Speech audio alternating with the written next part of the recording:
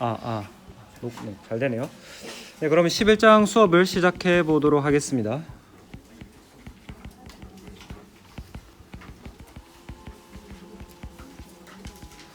혹시 뒤에 잘 안 보이시면 글자 잘 안 보이시나요? 화면 뒤에 화면으로 보시면 보이시나요? 그리고 제가 이거 뭐 그 강의 노트랍시고 제가 만든 게 있긴 한데 제가 이걸 올려드리도록 할게요. 그래서 이거 뭐 필기를 제가 만든 노트에다가 여러분들이 추가로 필요한 거 있으시면 쓰시면 될 것 같아요. 지금 이거 뭐 다 받아 쓰지 않으셔도 괜찮을 것 같습니다. 그래서 우리가 이제 10장에서 배웠던 게 기체죠. 기체 입자들 간의 가장 큰 특징은 뭐예요? 기체 입자들 간의 가장 큰 특징. 뭐 다른 액체나 고체에 비해서 두드러지는 특징이 뭘까요? 입자 간의 간격이 멀어요. 입자 간의 간격이 아주 멀기 때문에 압축이 가능하다. 그럼 입자 간의 간격이 아주 멀다라는 거는 우리가 상호작용의 개념에서 이해해 봤을 때는 서로 간의 상호작용이 없다는 이야기예요. 그러니까 인력도 없고 청력도 없다. 그 뭐 옛날 말에 그 눈에서 멀어지면 마음에서도 멀어진다. 거리가 멀어지면은 상호작용이 없으니까 그렇게 뭐 인터랙션 에너지 자체가 없어지는 거죠. 그래서 우리가 이제 10장에서 기체를 공부를 했고 독립적인 입자를 공부를 했고 이제 그러면은 걔네들 사이의 거리가 가까워져 가지고 상호작용이 발생을 하면은 얘네들이 어떤 식이 될 건가 그걸 이야기해 보려고 해요. 그래서 그러면은 기체 입자는 굉장히 자유롭게 돌아다니다가 걔네들 사이에 어느 정도 거리가 가까워지면 인력이 작용하게 되는데 그럼 그 인력이 작용하면은 기체에서 어떤 상으로 바뀌냐면 액체상으로 바뀌게 됩니다. 여기 액체상이라고 나오죠. 그래서 액체상은 기체와 비교를 했을 때에 분자 간의 거리가 비교적 작고 그리고 입자 사이에 상당한 인력이 작용하고 있다.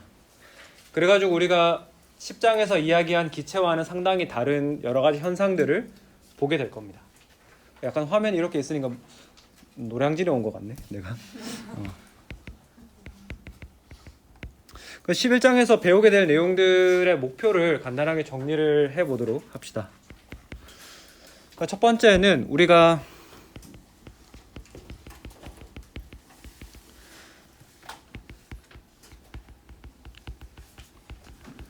그래서 물론 기체나 액체나 고체를 이루는 입자가 꼭 분자일 필요는 없지만은 대부분의 많은 경우에 분자이기 때문에 그 입자가 그래서 우리가 분자 간의 힘이 액체의 성질에 어떤 영향을 미치는지 한번 알아보도록 하겠습니다. 그리고 두 번째는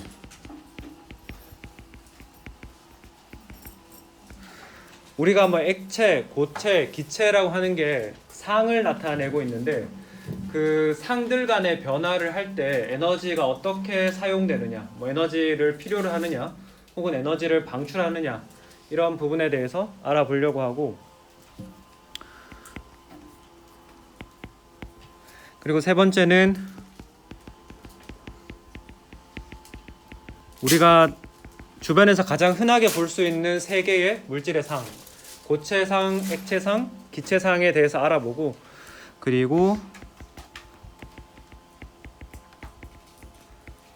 어떻게 보면 액체와 기체의 성질을 모두 가지고 있는 초임계 유체 이런 것들을 알아볼 예정이고 그리고 얘네들 사이에 상이 왔다 갔다 하는 그 상전이 현상에 대해서도 알아볼 예정입니다.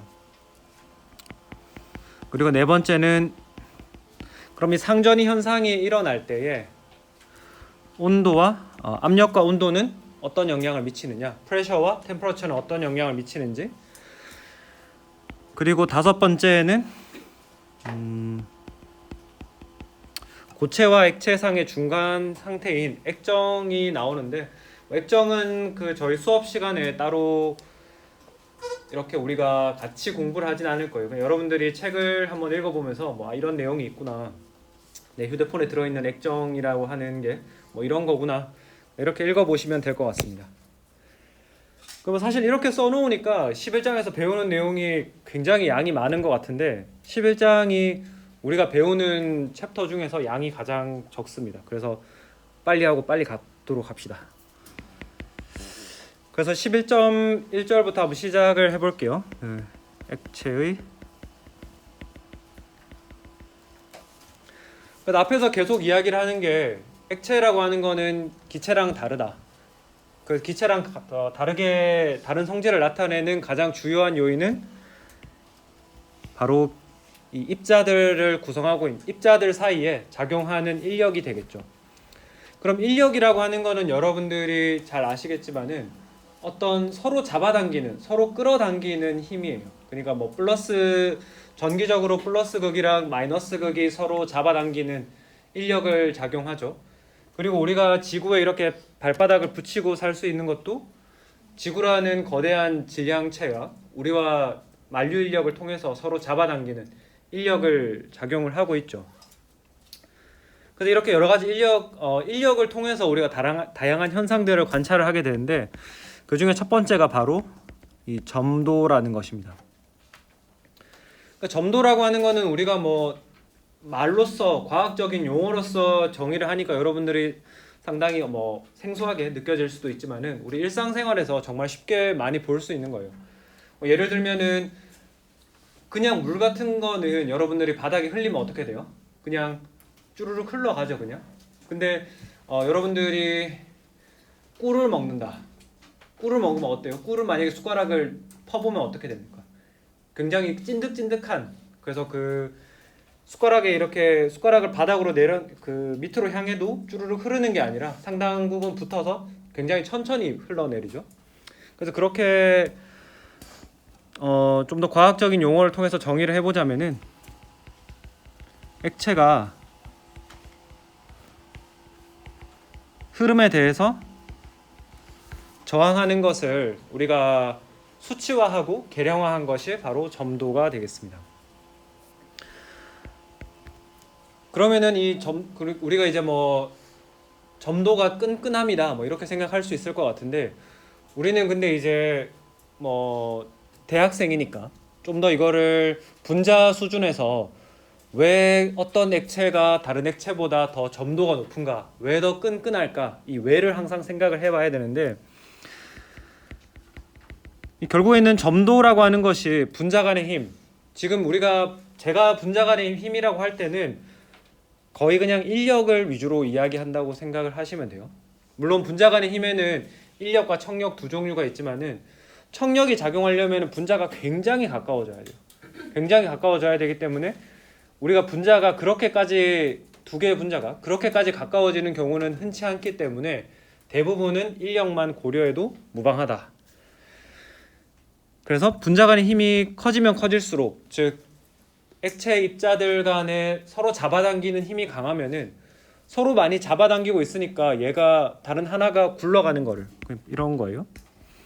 얘네들이 만약에 서로 친하지 않아요. 서로 분자 간의 힘을 전혀 작용하지 않는다. 독립적으로 한다 그러면은 그냥 각자 이렇게 그냥 굴러가 버리겠죠. 각자 이렇게 굴러가는 것에 반해서 얘네들이 굉장히 끈끈하게 분자 간 힘이 굉장히 강하게 작용하고 있다. 그러면 어떻게 되겠습니까? 얘가 하나 굴러가고 싶은데 주변에 다른 것들이 얘를 붙잡고 있으니까 쉽게 어디로 굴러갈 수가 없겠죠. 그래서 분자 간의 힘이 크다는 거는 점도가 크다는 것과 마찬가지의 말이 되겠습니다. 그래서 여러 가지 분자를 가지고 우리가 점도를 이야기해 볼 수 있을 텐데 탄소 5개로 되어 있는 탄소 체인, 펜테인이라는 분자가 있는데요.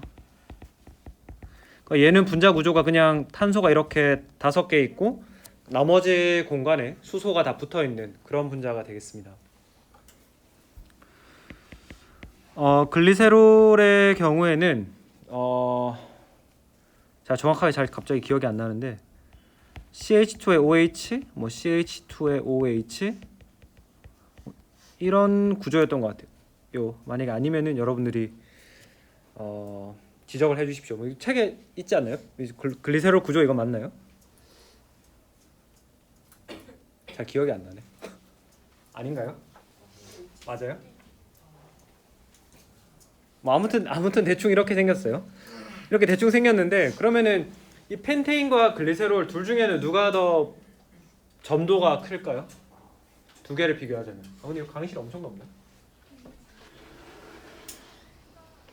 둘 중에 누가 더 점도가 클까요? 펜테인 한번 손 들어볼까요? 글리세롤. 손 안 든 사람들은 뭐예요? 그리고 그 두 개를 그러면은 점도를 비교하라는 말이 결국에는 분자 수준에서 분자 간의 힘이 누가 더 큰지를 비교하라는 말인데, 이 펜테인 분자 같은 경우에는 극성 분자, 그 무극성 분자죠. 그 CH 결합 자체가 탄소 원자와 수소 원자 사이에 전기 음성도 차이가 크지 않으니까 이 분자 내에서는 플러스 마이너스가 크게 분리가 되어 있지 않은 거예요. 얘는 무극성 분자라서, 무극성에 가까운 분자라서 여기에 작용하는 거는 분산력밖에 없죠. 근데 글리세롤에는 보시다시피 여기 OH가 있어가지고, OH는 여러분들이 보면 대충 짐작이 가시겠지만 얘는 수소 결합을 할 수 있죠. 그럼 우리가 분산력과 수소 결합을 비교를 하면은 수소 결합이 훨씬 더 강한 결합을 하기 때문에 우리가 글리세롤의 점도가 더 높을 거다, 이렇게 짐작을 할 수가 있습니다. 그렇게 하도록 하고 넘어가서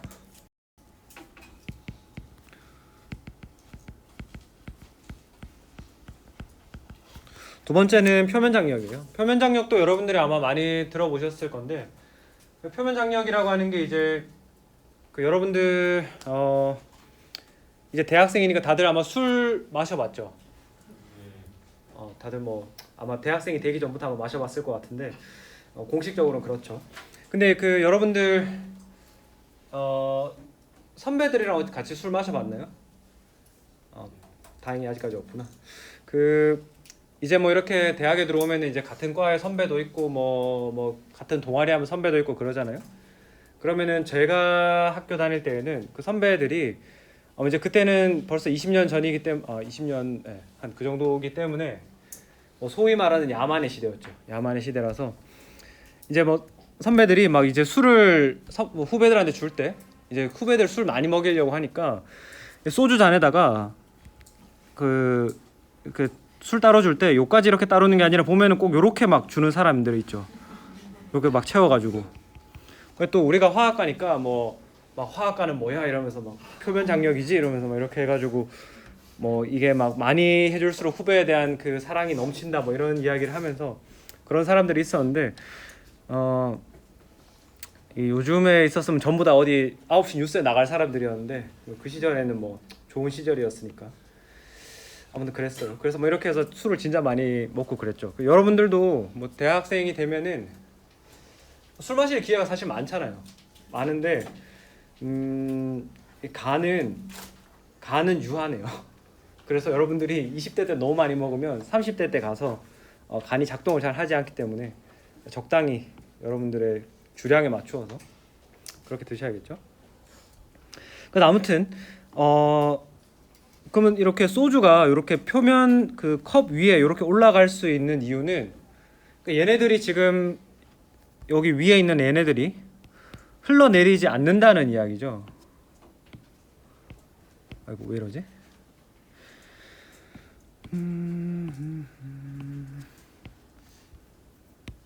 이렇게 흘러내리지 않고 버티고 있다는 이야기잖아요. 그럼 얘네들이 어떻게 버티고 있는지를 여기를 현미경을 가지고 들여다보면은 어떤 일이 있냐 하면은 뭐 물 분자들이 이렇게 생겼다라고 했을 때에 그러니까 얘네들이 서로를 잡아당기고 있기 때문에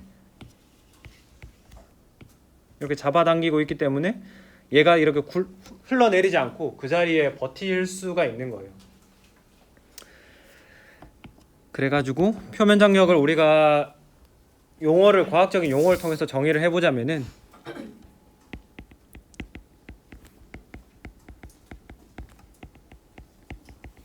액체가 이렇게 넓게 펴지면 이제 표면적이 증가하겠죠. 표면적이 증가하는 것에 대해서 저항하는 현상. 그래서 넓게 퍼지는 것이 아니라 자기들끼리 동그랗게 구형으로 모여 있으면은 표면적을 최소화할 수 있잖아요.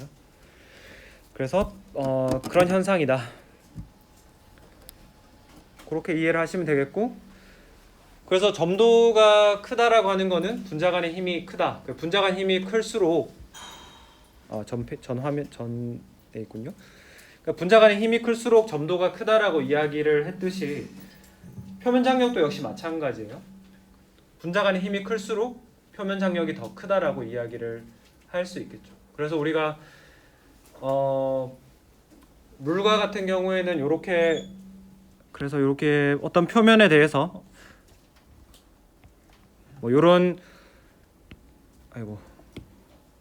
액체 A, B가 있다고 했을 때 액체 B가 훨씬 더 구형에 가깝죠. 표면적을 최소화하는 액체 B가 더 표면 장력이 크다. 액체 B의 분자 간 힘이 더 크다라고 이야기를 할 수가 있겠습니다. 그래서 뭐 여기까지 해서 우리가 이제 액체의 성질, 기체와는 다른 특이한 두 가지 지점을 이야기를 해보았고, 혹시 여기까지 해서 질문 있으신가요? 질문 없으면은 다음 장으로 가봅시다. 강의실 되게 덥지 않아요? 저만 덥나요? 지금 에어컨 여기 안 나오나요? 안 나오죠? 저기는 켜져 있는데 여기는 안 하고 있네. 뒤에는 에어컨 나와요? 참 요즘엔 세상이 좋아졌구나. 이거 옛날에 있었으면 아마 교수가 있는 앞에는 나오고 뒤에는 안 나오고 이랬을 텐데 요즘에는 뭐든지 학생이 먼저지. 참 그러네요. 뭐 좋은 현상이네요. 네. 학교의 주인은 학생이니까. 네. 제가 마스크 끼고 말해도 잘 들리나요?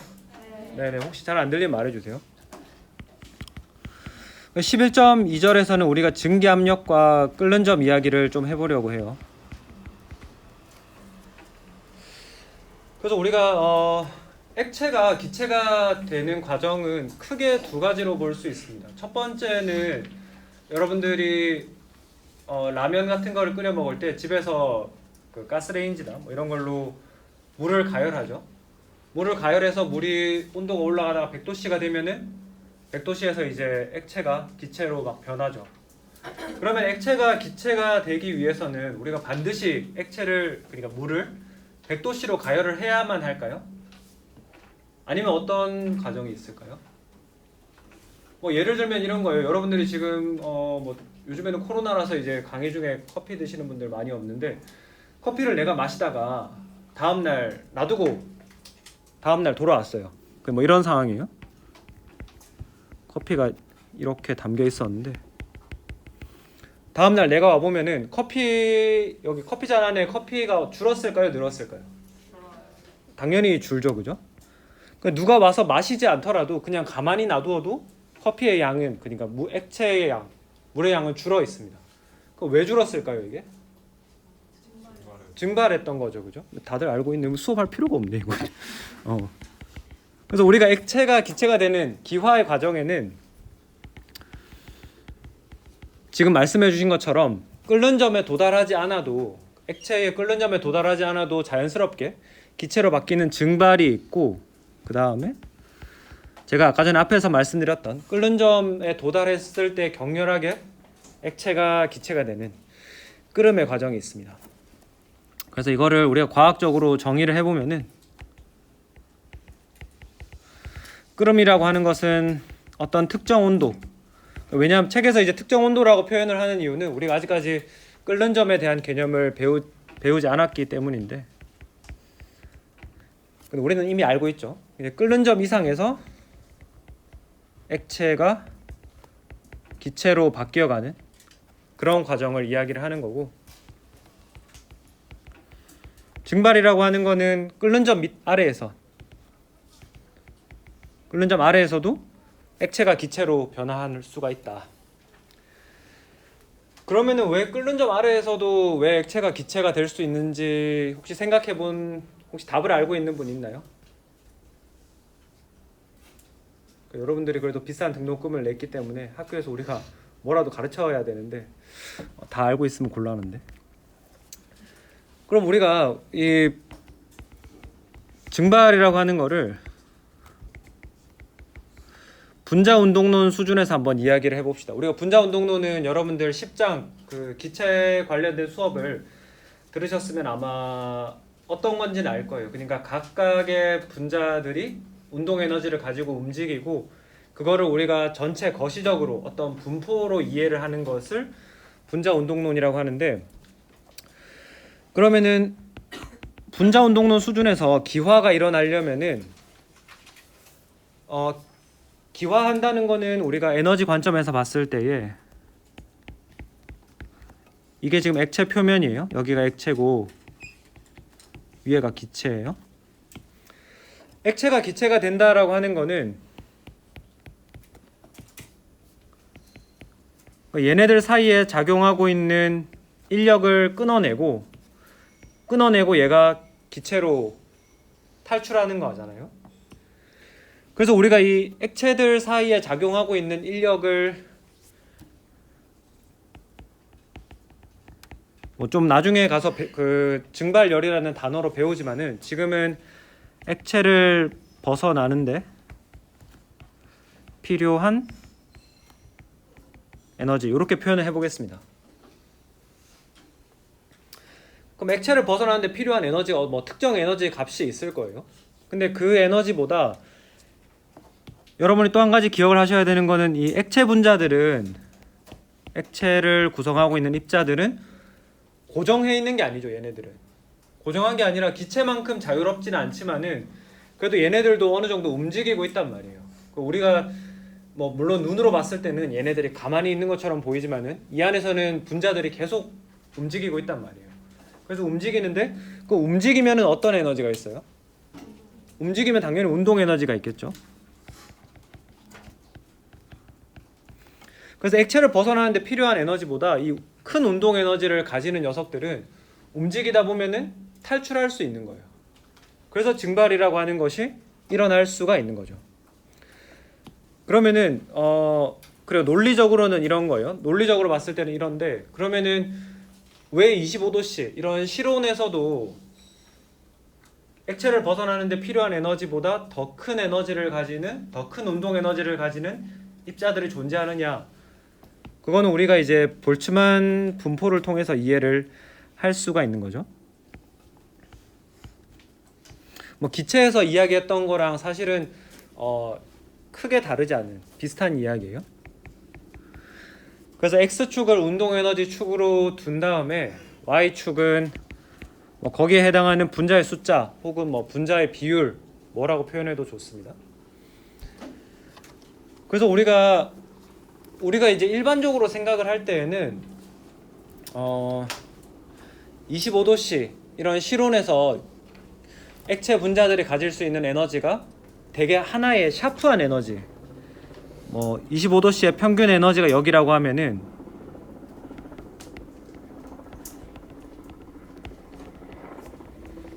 우리가 생각했을 때는 여기 근처에 다들 이렇게 모여 있을 거라고 생각을 하지만, 근데 실제 모양은 이렇지 않다라는 거예요. 실제 모양은 이거보다 더 낮은 온도에서부터, 더 낮은 속도부터 해서 굉장히 더 빠른 속도를 가지는 녀석들까지 있다. 이거 10장에서 했던 이야기 제가 똑같이 한번 더 드리는 거예요.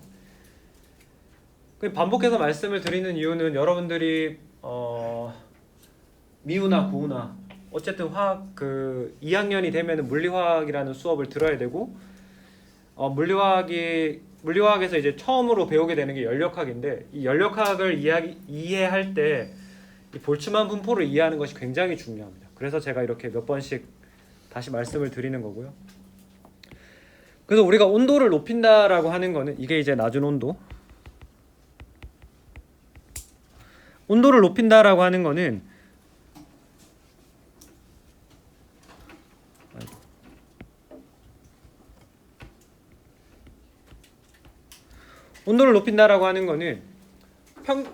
가장 많은 분자들이 존재하는 운동 에너지.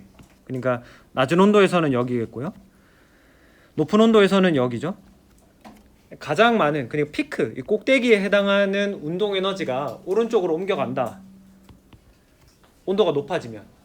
그러니까 평균적으로 더 속도가 빨라지는데, 그렇다고 해서 느리게 움직이는 애들이 완전히 없어지냐? 그게 아니라고 제가 말씀드렸죠.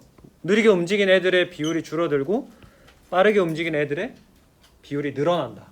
그런 식으로 우리가 온도의 개념을 이해를 할 수 있겠습니다. 그래서 이거를 우리가 뭐 굳이 수업 시간에 그 비유를 가져와 보자면은 뭐 이런 거예요. 그러니까 뭐 아주 잘 가르치는 선생이 있고 아주 못 가르치는 선생이 있다고 해봅시다. 그러니까 아주 잘 가르치는 선생이 가르쳐도 잘 이해 못하는 학생들이 있죠. 뭐 화학에 관심이 없어서. 그래서 뭐 점수가 낮은 아주 잘 가르쳐도 점수가 낮은 학생들이 이렇게 있고, 아무리 내가 못 가르치는 선생이라도 개떡같이 가르쳐도 찰떡같이 알아듣는 학생들이 있단 말이에요. 그래가지고 아무리 못 가르쳐도 잘하는 학생들은 또 있어요. 시험을 잘 보는 학생들. 그러니까 그런 것처럼 우리가 그 분자 운동론에서 이야기를 하는 거는 평균의 그림이지 개개인의 그림이 아니다. 아시겠죠? 왜냐하면은 분자의 개수가 너무 많기 때문에. 그래서 우리가 이거를 하나하나를 이야기하는 거는 무의미하고 전체 평균으로서 이야기를 한다라는 것 기억을 하시면 되겠고, 그래서 아무튼 이렇게 됐을 때에 기화를 조금 다시 한번 이야기를 해보면은, 그럼 여기 지점을 액체가 기체가 되는데 액체를 벗어나는데 필요한 에너지가 요 정도라고 해봅시다. 그러면 우리가 온도를 높이면은 기화 과정이 더 잘 일어나죠. 그러니까 여기가 25도씨일 때랑 그 다음에 한겨울이 돼서 뭐 마이너스 10도씨일 때 이렇게 비교를 해보면 25도씨일 때가 증발이 훨씬 잘 일어나죠. 그 이유는 왜겠습니까? 보시면은 낮은 온도에서는 액체가 기체가 될 때 필요한 에너지보다 더 큰 운동 에너지를 가지는 녀석들의 비율이, 여기 제가 지금 초록색으로 칠한 부분 있죠. 잘 보이시나요?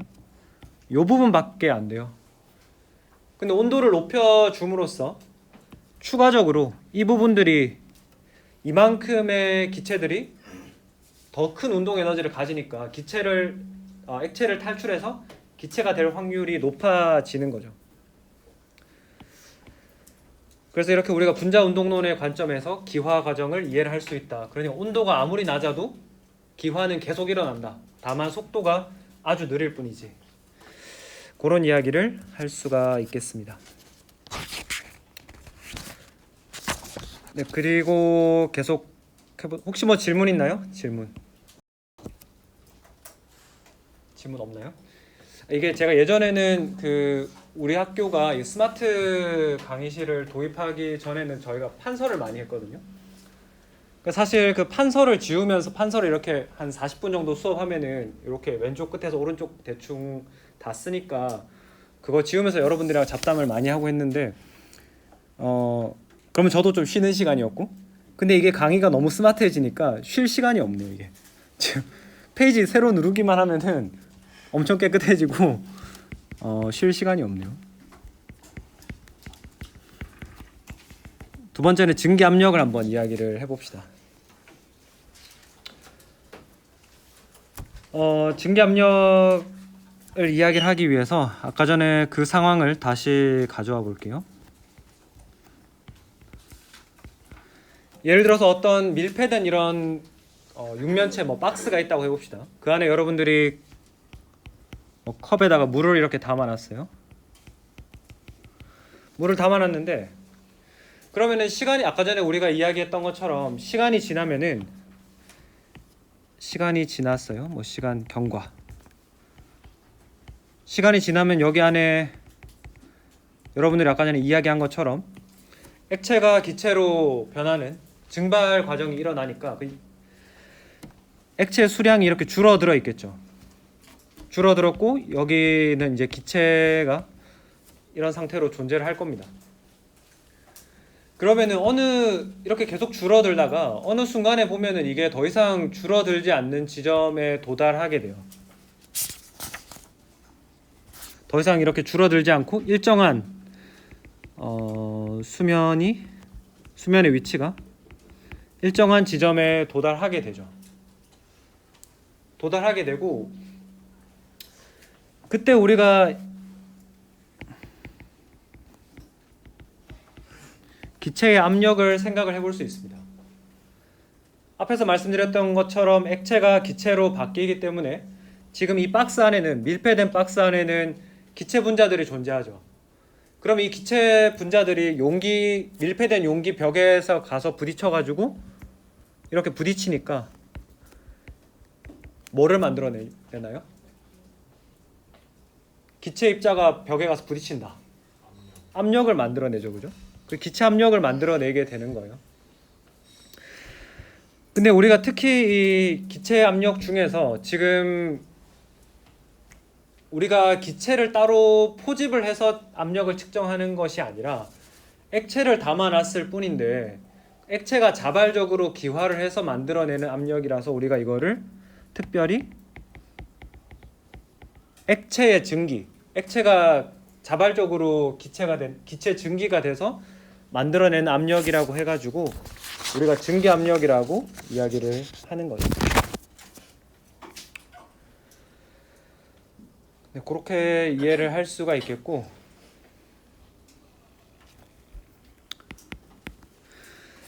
그러면은 우리가 여기서 이제 뭐 11장에서 배우게 되는 식이 몇 가지가 없는데 그 중에서 뭐 가장 중요한 것 중에 하나, 클라우디우스 클레이페이론 식에 대해서 한번 알아보도록 하겠습니다. 그래서 클라우디우스 클레이페이론 식이라고 하는 거는 온도와 증기압에 관련된 그런 내용이 되겠습니다. 그럼 우리가 앞에서 이야기를 했는데 온도가 높아지면은 높아질수록 증발이 더 활발하게 일어난다고 했죠. 그 이유도 말씀드렸죠. 분자 운동론 수준에서.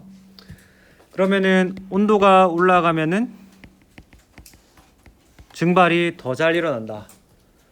그럼 증발이 더 잘 일어난다는 거는 증기 압력이 커진다는 말이에요? 작아진단 말이에요? 증기 압력이 더 작아진단 말이에요? 한번 투표해 봅시다. 커진다. 증기 압력이 더 커진다. 좋습니다. 작아진다. 왜 없어졌지? 아까 전에 있었는데. 한번 생각을 해볼게요. 증발을 많이 한다는 거는 기체 입자가 많아진다는 거죠. 기체 입자의 개수가 많아진다. 기체 입자의 개수가 많아지면은 기체 입자가 10개 있을 때는 10개 있을 때 그 벽을 두드리는 횟수보다 뭐 20개, 30개 되면 그 벽을 두드리는 횟수가 더 많아지죠. 횟수가 더 많아지면은 기체 압력도 올라가겠죠. 그죠?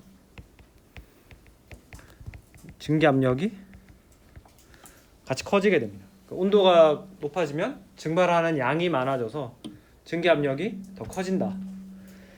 그렇게 되는데, 그래서 이거를 그러면은 온도와 증기압 사이 어떤 관계가 있는데 이거를 한번 알아보자라고 하는 게 클라우디우스 클레이페이론 식이 되겠습니다.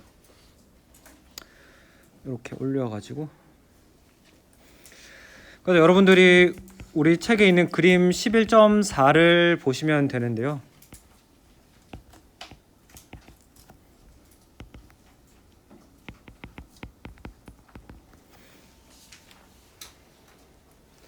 그래서 여기 온도에 따른 증기압을 그려보면은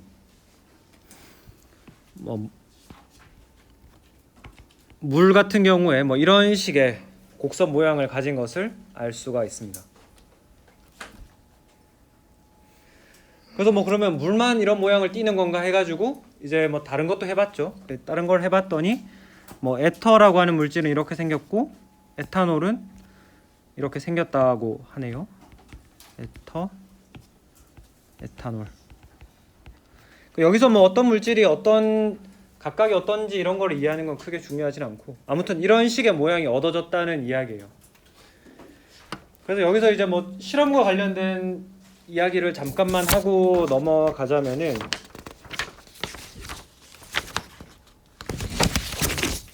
잠깐만 이야기를 하면은, 그래서 우리가 이거를 봤을 때 여러분들이 그러면은 증기압과 온도 사이에는 어떤 수학적 함수 관계가 있을까, 이거를 고민을 해봐야 되거든요.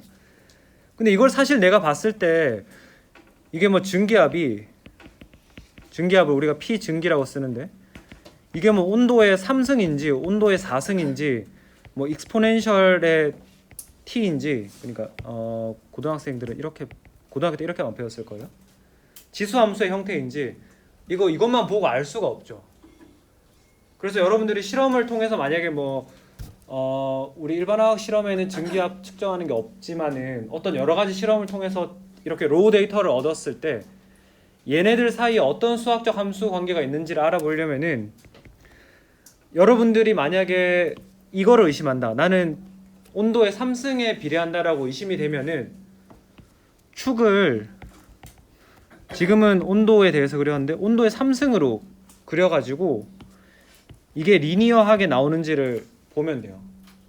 그래서 Y축은 그대로 둔 다음에 Y축은 증기압으로 계속 그대로 둔 다음에 내가 이게 의심되면은 T의 3승 의심되면 X축을 T의 3승. 그래서 여기가 100켈빈, 110, 200켈빈이다. 이러면은 100의 3승, 110의 3승, 200의 3승 이렇게 해가지고 X축만 바꾸고 Y축은 그대로 해서 점을 찍어가지고 이렇게 리니어한 게 나오는지를 보면 되죠. 그래서 이거 근데 아마 3승을 해보면은 리니어하게 안 나올 거고 4승에도 안 나올 거고 하여튼 안 나와요. 계속 안 나오는데 이 사람들이 발견한 거는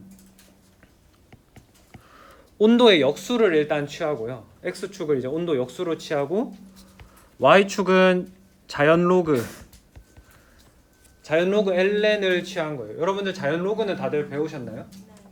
이건 다들 배웠구나. 요렇게 해서 그려봤더니 이런 식의 어찌됐건 간에 직선이 얻어졌다라는 거예요. 이렇게 X축, Y축을 여러분들이 막 바꿔가면서 리니어한 선이 나올 때까지 바꿔가야지 여러분들이 얻은 관계식이 어떤 수학 함수로 묘사될 수 있는지를 정확하게 알 수가 있습니다. 아무튼 이렇게 되는 걸 얻었고 그래서 이거를 바탕으로 우리가 식을 써볼 수가 있겠는데 그럼 lnp 증기 이게 y 값이죠. y 값이라고 하는 거는 우리 직선의 식을 어떻게 쓸 수 있나요? 직선의 식 y는 여기 책에는 mx 플러스 n 이런 식으로 쓸 수 있죠. 그죠? 이런 식으로 해서 m을 기울기 n을 y 절편 이런 식으로 이야기를 하는데 그럼 우리가 y 대신에 lnp 증기를 쓰고 m은 지금 잘 모르겠어요. 잘 모르겠는데 이 클라우지우스 클레이페이론이 유도한 것에 따르면은 r분의 델타 H 증발. 증발할 때 필요한 엔탈피 변화. 이렇게 이해하면 되겠네요. 더하기 이런 식으로 얻어진다. 그러니까 여기 지금 하늘색으로 해놓은 요 직선이 수학적으로 식을 써보면 이렇게 나타난다. 그래서 우리가 1차 선형의 직선은 y는 mx 플러스 n으로 쓸 수 있으니까 mx 플러스 n이라고 했을 때에 y축이 증기압의 자연 노구 값 취한 거, 그 다음에 x축이 온도의 역수 t분의 1 그렇게 썼을 때의 기울기 m은 마이너스 r분의 델타 h 증발열이다. 이렇게 이야기를 할 수가 있는 겁니다. 이렇게 할 수가 있는데 문제는 우리가 C에 대해서 잘 모른다라는 거예요. 이 C의 값에 대해서 잘 모르니까 그래서 우리는 이 클라우지우스 클레이페이론 식을 여러 가지 현상에 적용을 하려면은 하고 싶은데 얘를 잘 모르니까 계산하기가 쉽지 않은 거예요. 그래가지고 이 사람들이 조금 더 죄송해요. 제가 요거를 깜빡하고 갔네요. 여기서 R 값은 우리 기체 이야기할 때 기체 상수 값을 많이 썼던 게 0.08이 숫자 많이 썼을 거예요, 여러분들. 근데 여기서는 0.081을 쓰면 안 되고 8.3145 요 단위를 쓰셔야 됩니다. 왜 그러냐 하면은 델타 H 증발이라고 하는 것의 단위가 주로 킬로줄 단위로 주어지거든요. 킬로줄 단위로 주어지기 때문에 이 킬로줄 단위와 상쇄될 수 있는 그런 단위를 가진 R 값을 사용해야 된다라는 거죠. 그래서 여러분들이 뭐 그 어떤 부분에서 내가 어떤 기체 상수를 써야 될까 하는 거는 단위만 잘 보셔도 풀 수 있다. 그래서 뭐 막 문제에 뭐 압력, 부피 이런 게 주어져 있다라고 하면은 그 압력과 부피를 단위로 포함하고 있는 0.081 리터 ATM 몰 퍼 K 이걸 사용을 해야 되는 거고, 만약에 일의 단위, 줄 단위로 주어져 있다라고 하면은 8.3145 이 값을 써야겠죠. 아무튼 이렇게 쓰면 되고, 다시 돌아와서 아무튼 이 C 값을 잘 모르니까 이 식을 우리가 좀 더 유용하게 쓸 수 있는 형태로 바꾸어 보자. 그게 원래 4번이 있었는데 제가 4번을 중간에 안 썼네요. 클라우디우스 클레이 페이론 식을 제가 4번이라고 썼는데 제가 뭐 정신이 이렇게 없습니다.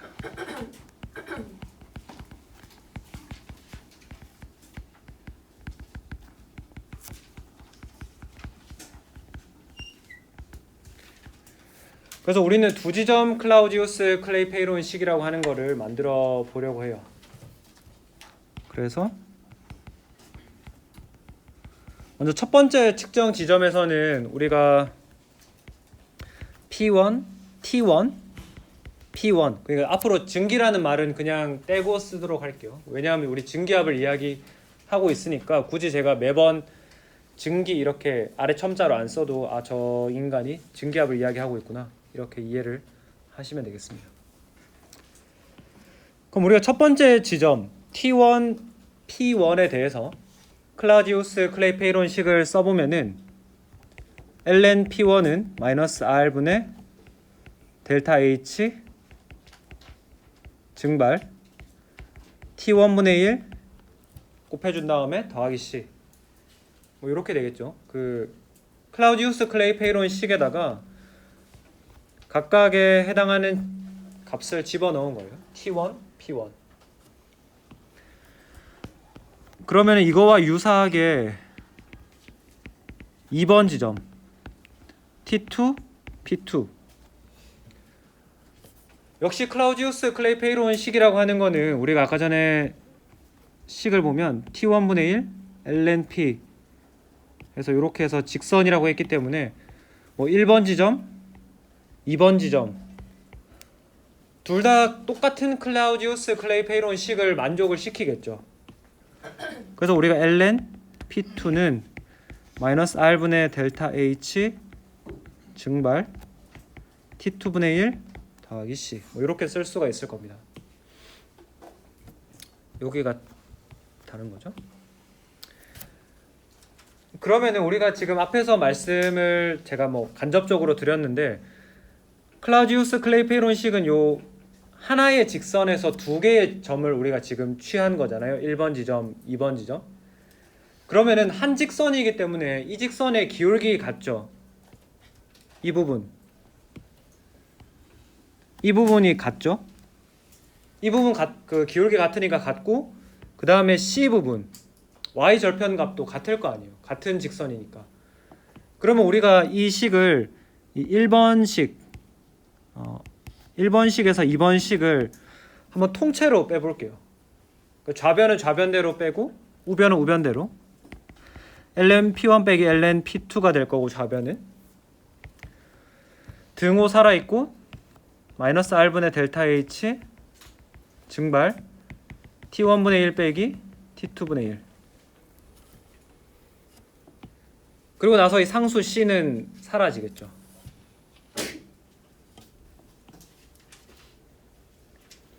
그리고 나서 이 좌변이 어떻게 되나요? 로그 빼기 로그는 안에 들어가는 내용이 나누기로 될 수 있으니까 ln P2분의 P1 이렇게 되겠네요. 그래서 마이너스 R 한 번만 더 쓰면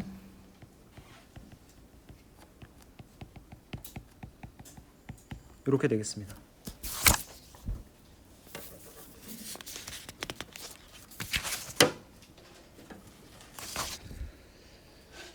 이렇게 쓸 수가 있고, 그러면 이제 이 식의 물리적 의미 이런 걸 한번 생각을 해보면은, 지금 우리가 모르는, 이 식에서 모르는 변수는 5가지예요. 증기압 P1, P2 모르고요, 델타 H 증발 모르고, T1, T2 이렇게 모릅니다.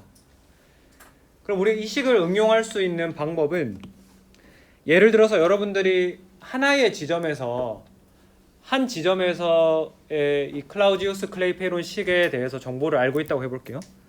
이런 말이에요. T1, P1의 값을 알고 있고, 그 다음에 내가 증발열을 알고 있다.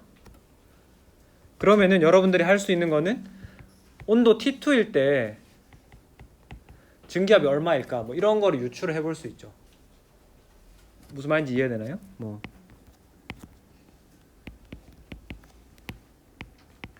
여기 하나의 점에 대해서 T도 알고 P, 온도와 압력 모두 알아요.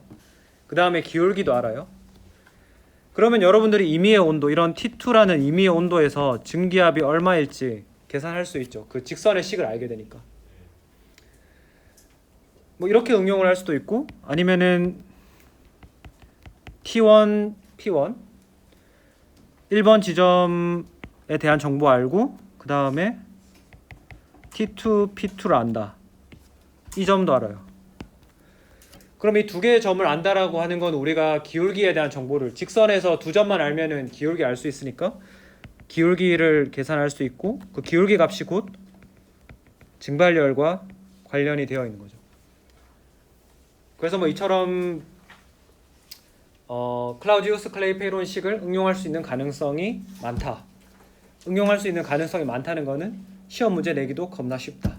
그래서 교수들에게 가장 반가운 유형의 내용이다. 뭐 그렇게 이해를 하시면 되겠습니다.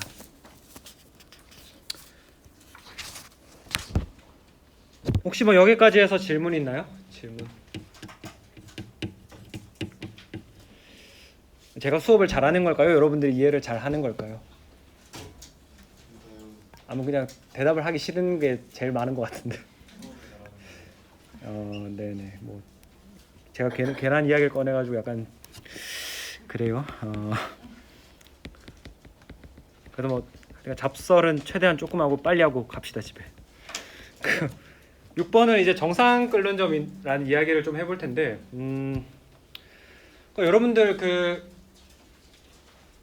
여러분들이 이제 그 과학 실험을 할 때 뭐 이 액체를 뭐 50도씨로 끓여라, 뭐 이 액체를 100도씨로 끓여라, 이런 걸 했을 때 여러분들은 이 온도계를 믿을 수 있을까라는 생각을 해본 적 있나요? 해본 적 있나요? 네. 그럼 그런 의문이 들었을 때 어떻게 했어요? 그냥 다음에 해결하겠다 이렇게 하고, 어련히 잘 맞게 해놨겠지 이렇게 생각하고. 그래서 이게 우리가 한번 생각을 해봅시다. 온도계라는, 혹시 그 온도계 철학이라는 책 읽어보신 분 있나요? 내용 안 물어볼게요. 그냥 읽었으면 한번 손 들어보세요. 사실 저도 그 내용을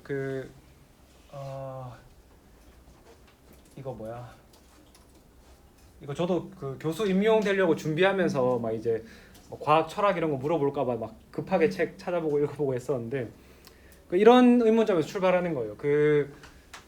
우리가 지금 살고 있는 그 사용하는 에탄올 그 온도계는 뭐 섭씨 온도씨를 나타내고 있는데, 섭씨 온도가 뭐 0도씨는 물이 어는 점, 100도씨는 물이 끓는 점에서 그 사이를 100등분해서 우리가 온도를 측정한다 이렇게 하는데, 그러면은 이 물이 0도씨라고 하는 거를 누가 보증을 해줄 거냐? 그 물이 0도씨에서 똑같이 모든 물이 0도씨에서 온다는 걸 어떻게 보증할 거냐? 뭐 그런 거에 대한 이야기가 있어요. 그래서 그거를 옛날 시대, 그러니까 뭐 1800년대, 여러분들 그 뭐 캐번디시나 이런 사람 들어봤을 텐데, 그런 사람들이 이 온도를 정의하기 위해서, 모든 사람이 동의할 수 있는 온도를 만들기 위해서 굉장히 사실 많이 노력을 했습니다. 그래서 그 책에 보면은 뭐 이게 막 온도계를 만드는, 그 옛날에는 이제 그런 장인들이 만들다 보니까 그러니까 누가 만든 온도계로 측정해 보면 똑같은 물이라도 101도, 누구는 뭐 99도 막 이렇게 다르고, 그리고 이거를 온도계를 물에 어디에 넣고 측정을 하느냐, 그 병에 아주 깊숙이 넣느냐, 뭐 위에 넣느냐, 위에 두느냐, 이거에 따라서 다 다르고. 그래서 아무튼 뭐 이런 식의 내용이 그 장하석 교수가 쓴 온도계 철학이라는 책이 한 2만 원? 좀 비싸긴 한데 그 우리 학교 도서관에 있습니다. 그래서 한번 빌려가지고, 또 이런 거 안 읽더라도 그냥 이렇게 책장에 꽂아 놓으면은 굉장히 또 인테리어로 굉장히 좋은 거기 때문에. 그래서 제가 뭐 잡설 그냥 한 1분만 할게요. 제가 그래서 책을 사는 걸 되게 좋아하거든요. 그래서 이제 제가 그래서 책을 안 읽더라도 좋아 보이는 책이 있으면 일단 다 삽니다. 다 사놓고, 그래서 나중에 뭐 여러분들이 제 오피스에 와 보시면 아시겠지만은 아직까지 책 껍데기도 안 뗀 것들 엄청 많이 있어요. 그래서 제가 다 인테리어용으로 꽂아놨는데, 근데 그러니까 이제 제가 총각 시절에는 책을 막 뭐 어차피 저 혼자 사니까 제가 막 사고 싶은 대로 막 사고 이랬는데, 이제 결혼을 하고 나니까 이제 택배가 맨날 오잖아요. 책 사면 택배가 오니까 아내가 또 책 샀냐? 그 책을 읽는 거 본 적은 없는데 왜 자꾸 사냐? 그래서 그냥 나는 인테리어용으로 산다. 그랬더니 이제 저랑 그래서 뭐 어떻게 막 뭐 책을 사니 많이 뭐 가게가 어렵니 뭐 이런 거 좀 정지해. 뭐 꼭 결혼이 나쁜 것만 있는 건 아니다. 좋은 것도 있으니까 적극적으로 고려를 해보시라. 그런 게 되겠고, 아무튼 그래서 뭐 이런 책도 한번 읽어보시면 좋다라는 거고, 이것만 하고 마치도록 합시다. 그래서 그럼 우리가 끓는 점이라고 하는 거를 현대에 와서는 어떤 식으로 정의를 하고 있냐 하면은 어떤 온도를 우리가 계속 올리다 보면은 증기압이 같이 올라간다라고 했죠. 증기압이 올라가는데 이 증기압이 외부의 대기압, 그래서 우리가 표준 대기압으로는 1atm을 사용하니까 증기압이 대기압과 같아질 때의 그 온도를 우리가 끓는 점 TB, 보일링의 약자 B를 따서 TB라고 이야기를 하게 되겠습니다. 네, 그래서 11장의 내용이 별로 많지 않으니까 오늘은 여기까지 하고 마치도록 하겠습니다.